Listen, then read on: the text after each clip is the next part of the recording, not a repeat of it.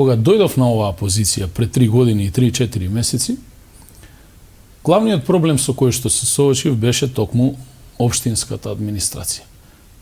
Покрај другите проблеми, борба со комунални, градежната, како што ја нарекуваат во наводници, мафија, проблемите во урбанизмот, во комуналните проблеми секојдневни на граѓаните, еден од главните проблеми беше што ја не можев да најдам начин како да ги приберам јавните административни службеници од општината, од кафичи, кафани и ресторани.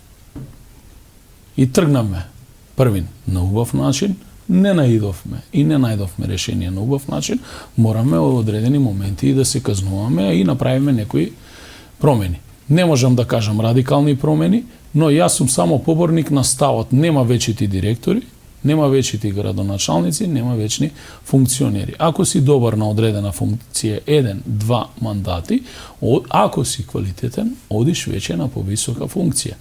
Во случај да не си добар, ќе пуштиш некој кој што е зад тебе да дојде на твоето место, а вие ќе одите во вториот ред и ќе продолжите да работите. Подобрена ли бе финансиската состојба? Уплатен ли е денарот од ВМРО ДПМН? Побараа жиро сметка да го уплатат, се уште немаме информација. Ако работи банката денеска ќе проверам. Добро, таа сума беше символична, но извинувањето се уште го чекам.